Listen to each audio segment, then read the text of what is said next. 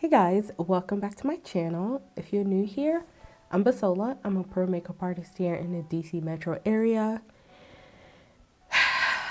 And the people are playing games.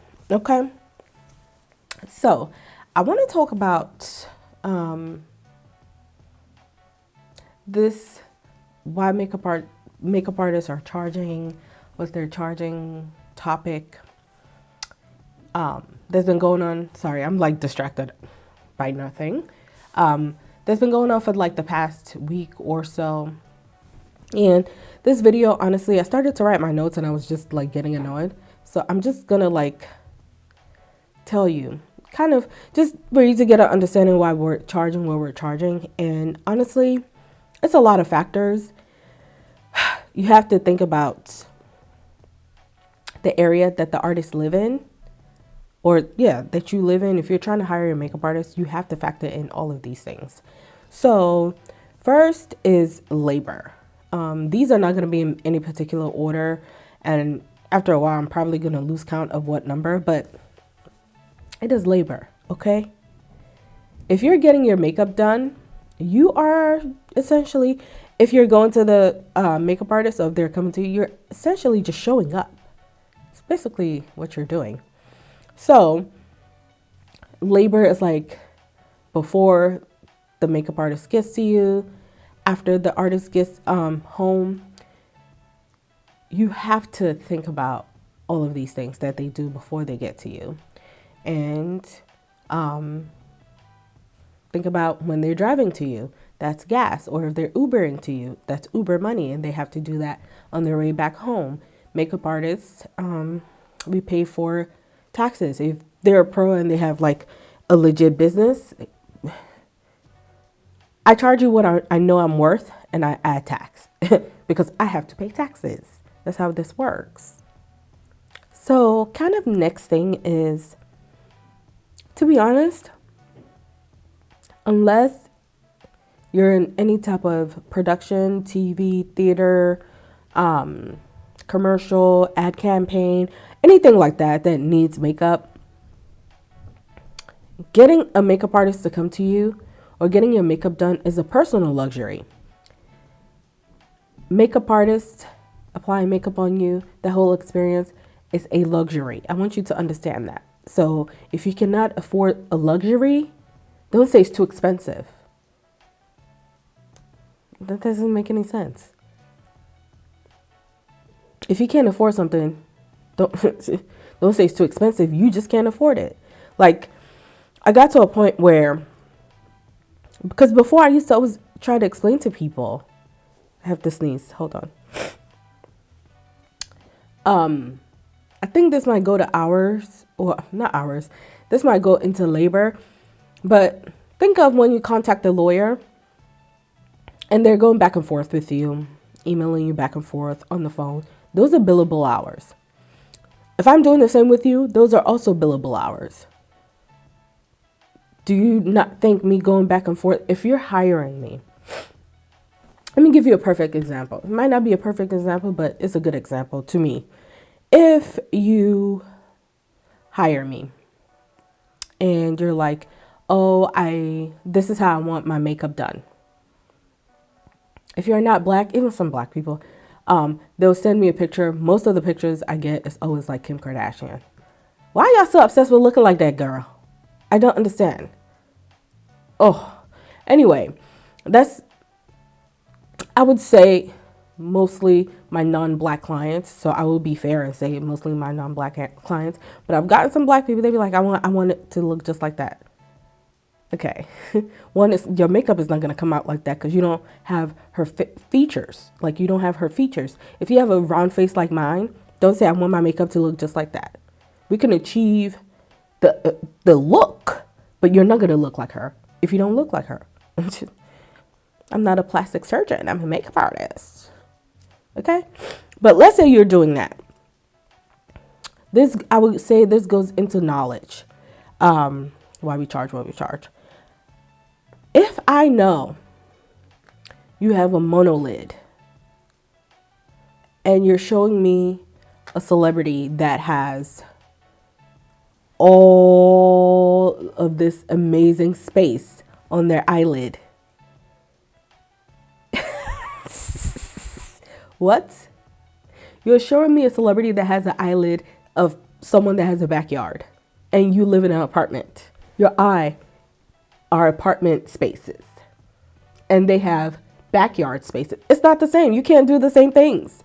So that's where my knowledge comes in. I can tell you we can achieve this type of look, but it won't look exactly like this because of X, Y, and Z. Like, I'll be able to teach you that. And a lot of people, when they're hiring makeup artists, they don't understand. I still have to be able to go back and forth with my clients and tell them, unless it's like I'm doing your makeup right then and there on set, then it's not, you have no say so because you're just the model and I'm doing what the client, which might be the brand that's hiring me to do something or a look. But other than that, if it's like one-on-one, most likely that's how I operate anyway. Some people may not do it like this, but I want to get the look. I want to get an idea of what you're doing, especially if it's not bridal, it's fine because then I won't have to do a trial. But I still want to know the type of makeup that you want. I want to know, what you want to look like that day. I'm not just going to show up and do whatever I want. So back and forth, me going back and forth with you, that's knowledge that you're paying for. Like, y'all already get a lot of things for free on YouTube anyway. So don't be upset when you are going out of your way to hire something that's a luxury to you. And then I'm still teaching you. I'm still being knowledgeable. It's the same thing when I'm sitting down, especially like what I just said, if I've gone back and forth with you, letting you know why that won't work. But I'll tell you why we're going to do it this way and this will work. If you are contacting me, you've probably seen my work, or you're probably interested in working with me, or someone referred you to me, blah, blah, blah. So if you've seen my work, if that's the case, you're like, okay, well, I trust this person because I know I like their work, or I've seen them do makeup on my friend and it lasted long, or whatever the case might be. People have different reasons for hiring who they hire, but which is what you should do when you're hiring a makeup artist. You want to research them and make sure you like their style of makeup. So don't get upset if you hire a makeup artist that does full, like, heavy glam.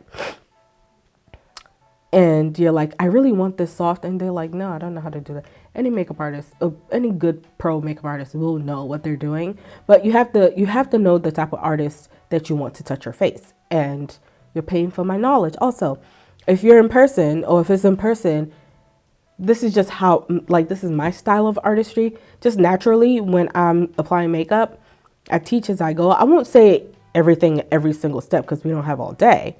But, sometimes if I'm doing something and they kind of like, I tell them,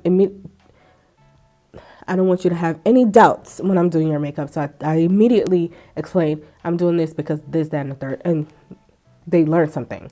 And, I get repeat clients because they find value in how I'm applying their makeup and what I'm teaching them.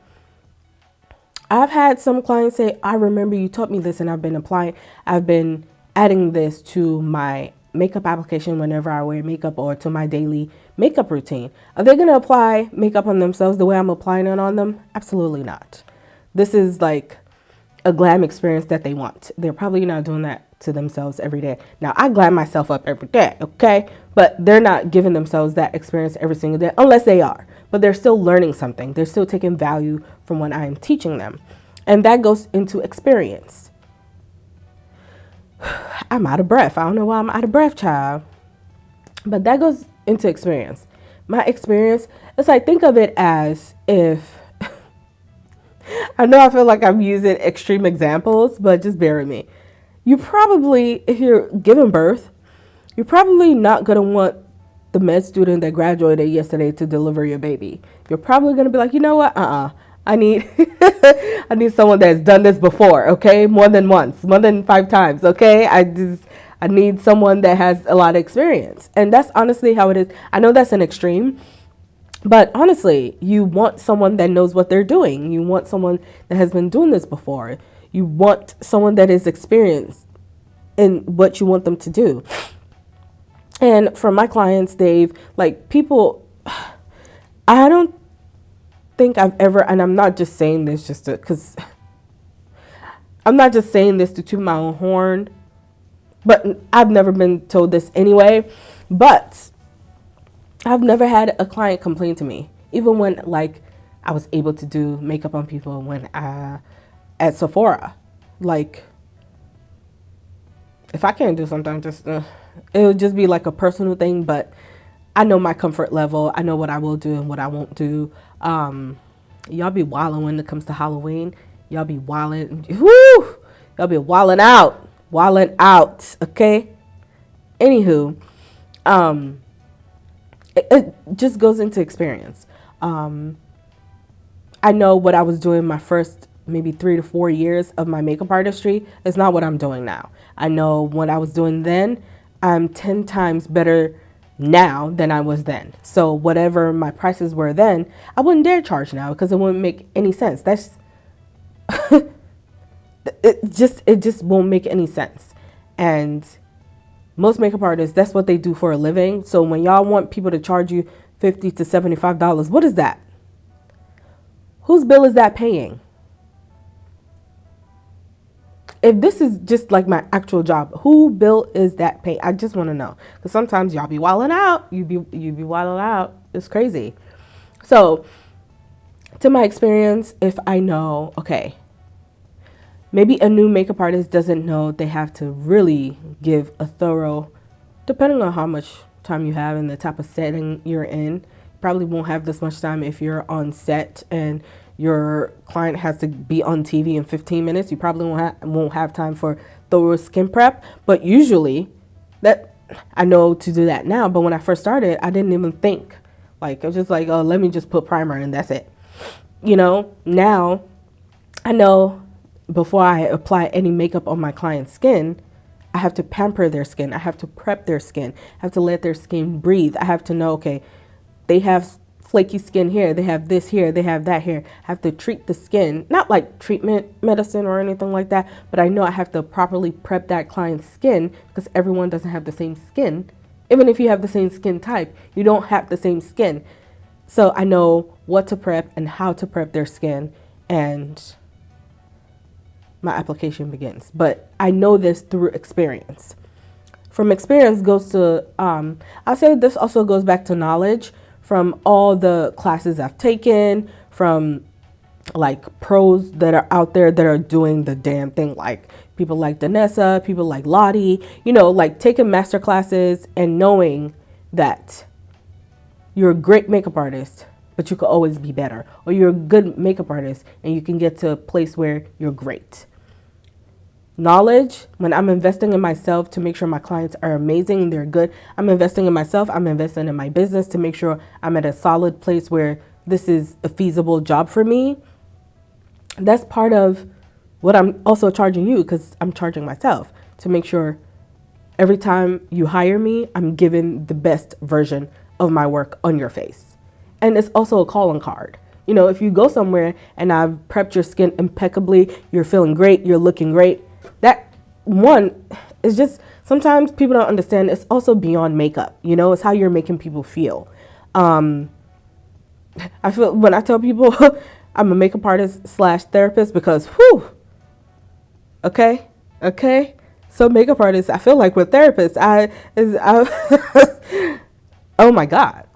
But you know, it's when you go somewhere and you look good, you're radiating, you feel good, people, your attitude changes with that. And when you're somewhere and your makeup looks good, you know, somebody might say, wow, your makeups look good. Who did your makeup? Or even if they didn't ask you, some people, I've gotten referrals or emails from people I've never even met, and they'll say, oh, you did my friend's makeup or my sister's makeup or my girlfriend's makeup. I would like to hire you for this, that, and the third. And that's how I get my clients. But because I have knowledge and experience in what I'm doing, and I know to make that person look and feel good internally, it radiates whenever they're at wherever they're at, you know. Going to not back to knowledge, a lot of it is knowledge and experience, y'all. And the books and classes that I've invested myself in, I know there's some books I always just like have in my kit. I'm always refreshing stuff. The art books that I own, the fact that I understand makeup theory will make me, I'm not saying I'm better than anybody, but understanding color theory will make me a better makeup artist than someone that doesn't know. If someone wants blue eyeshadow, I'll probably use an orange base blush and, because they're complementary color, orange based lipstick or something like that, something warmer to complement, because it's complementary colors to the blue. I'll know if this client has blue eyes, I'll use earth tones on their eyes. Or if they also want blue, I'll know the shade or hue of blue to use to complement their eyes. I know what makes their blue eyes or their green eyes or their brown eyes. And shout out to, if you have brown eyes, I literally can do anything on your eyes and it will look great. But a lot of people starting off, or a lot of people that don't understand color theory or they don't understand anything like that, they probably aren't charging what they're charging because they don't know their worth. And they're not even on that level of charging what they're charging because their work is not up to par to where if they invested in themselves, if they just learning. Because like I said, I started from somewhere. I've always understood color theory because I've always been like a creative museum artsy type of person all of my life. Anything. I think that's why I love comic books, because the penciling and the shading and all of anything colorful I love. So I've always known that, but applying that and having that type of knowledge honestly takes you truly to the next level. So also, factoring in contracts, drawing up your contract, that's part of labor. Everything just works and intertwined with each other, but stop questioning why a makeup artist is charging what they charge, because they know their worth. If you wanted to hire me and you went on my website or on my Instagram, which I honestly need to do better on, and I'm great on my own personal Instagram, but my clients, my work, I need to put more on there. I need to be better. Honestly, in the age of digital portfolio, I need to be better. But, if I'm looking for someone to build us a deck in my house, I'm going to look for someone that has the experience. And the thing with that is, if I'm not in a rush and I just want a deck and I'm like, this is the person I really want to do the deck in our house, I'm going to save up for it. And then I'm going to, reach out to them, ask their code, get their code and say thank you. If I can't afford it, and then I'll save up for it. And then I'll reach back out to them saying, I'm ready, I can afford this. But don't reach out to a makeup artist and they tell you their quote and you tell them you're too expensive. No, I'm not. You just can't afford me. It's like if you go to McDonald's and get your cheeseburger every day, it's like $2, $3, something like that. I don't know. And then you go to, I'm not even saying something super crazy, right? And then you go to somewhere like Five Guys or In-N-Out. It's not the same price. And it doesn't taste the same. It tastes better. Okay? So you cannot compare a $2 cheeseburger to an $8 cheeseburger. It just doesn't compare. Think of that as your artist. Another thing, when I moved here, people were telling me, or just in general, I've noticed it a little more since when I moved from New York here. Also, I had to change my prices when I moved from New York here because it's not the same type of demographic and it's not the same type of city. It's not the same type of demand. You also need to think about that when you're charging people. You need to think about that when you know the area that you're living in. But that's a whole different type of conversation, child.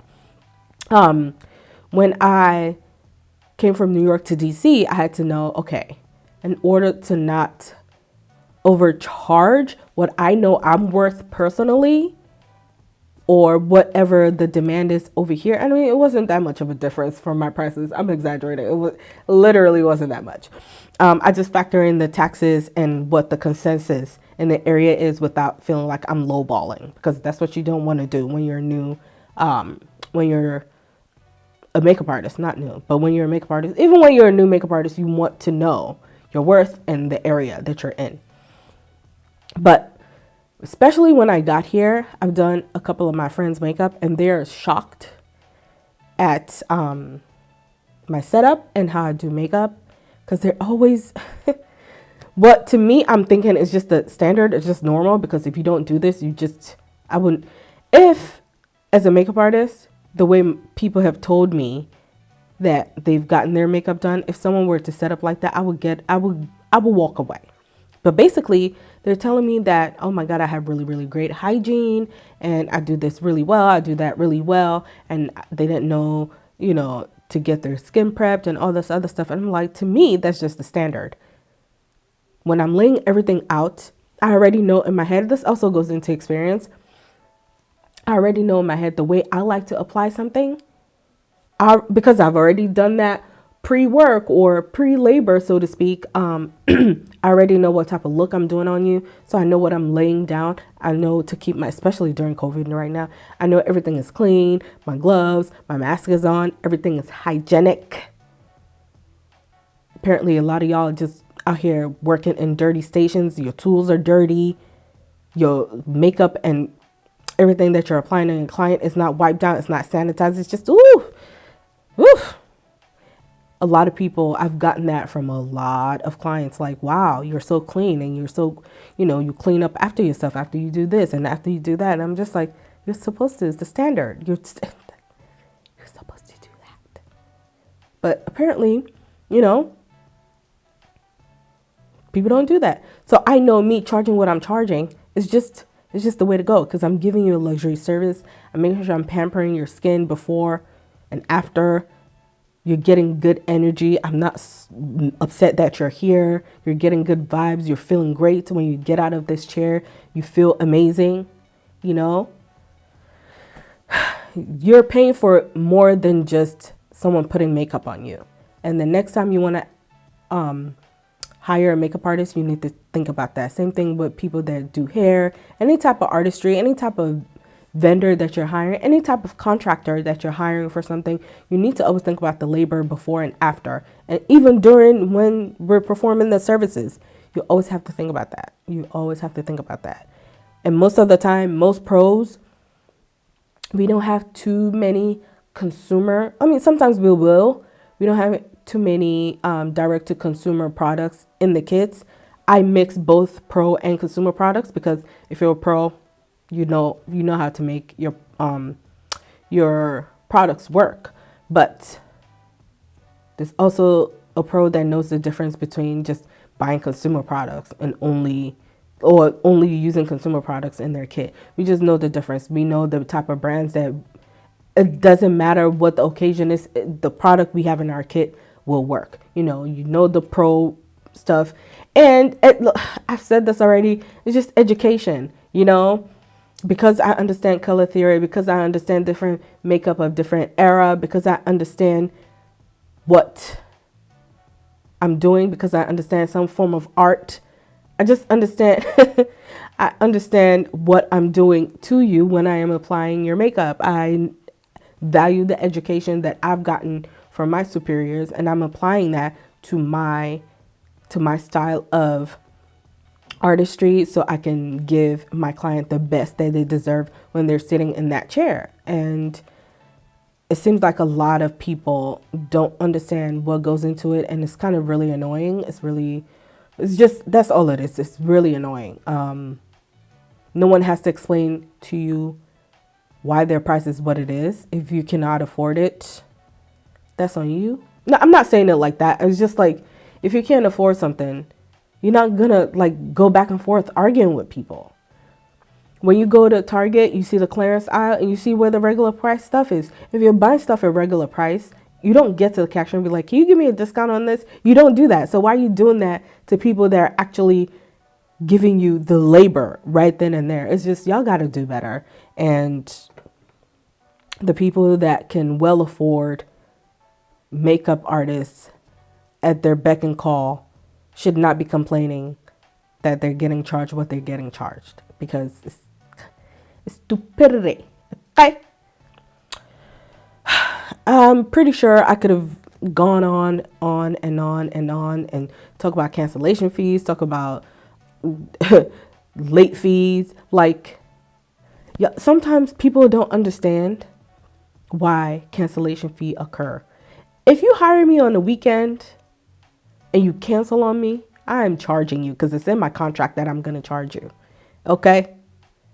Because you just made me miss out on another client or a couple of other clients that could have hired me. You know, people don't think about stuff like this, y'all. I'm telling y'all, people don't think about stuff like this. And we're not charging you what we're charging you because we think you're millionaires. Okay? And if an artist, I'm sorry, it's just things are popping in my head. If an artist is charging you, or not even charging you, if the artist say, my rate is $300 to $500 per person if I'm doing this, that, and the third, everyone is not going to charge what they're charging. It's people that can charge that if their clientele is solely in Beverly Hills, somewhere in LA, somewhere in the Hamptons, somewhere in the Upper East Side. You know, like you got you got to think about these things. And you want to hire them and say, well, this is what I charge. You can't be mad at that because they're comfortable leaving that as their quote and their rate or whatever, because there are people that pay that and it's not a problem. And I know sometimes y'all, you see artists that are doing amazing editorials and like, oh, I want that makeup artist. Okay. First of all, editorials don't pay. Ad campaigns do. But a lot of people that are doing editorials and you see it in Vogue or they're doing New York Fashion Week, they're doing it for the love of it. And if you have that level of makeup artist, you pay them what they ask for, or just keep it moving and find someone that can do your makeup for what you can afford. Find the makeup artist that's for you that you can afford. Okay? Stop trying to get a makeup artist that is well above your means and then you complain that they're too expensive. This is probably not really going to get edited that much. I hope you guys understand. Subscribe to my channel and I'll see you in the next one.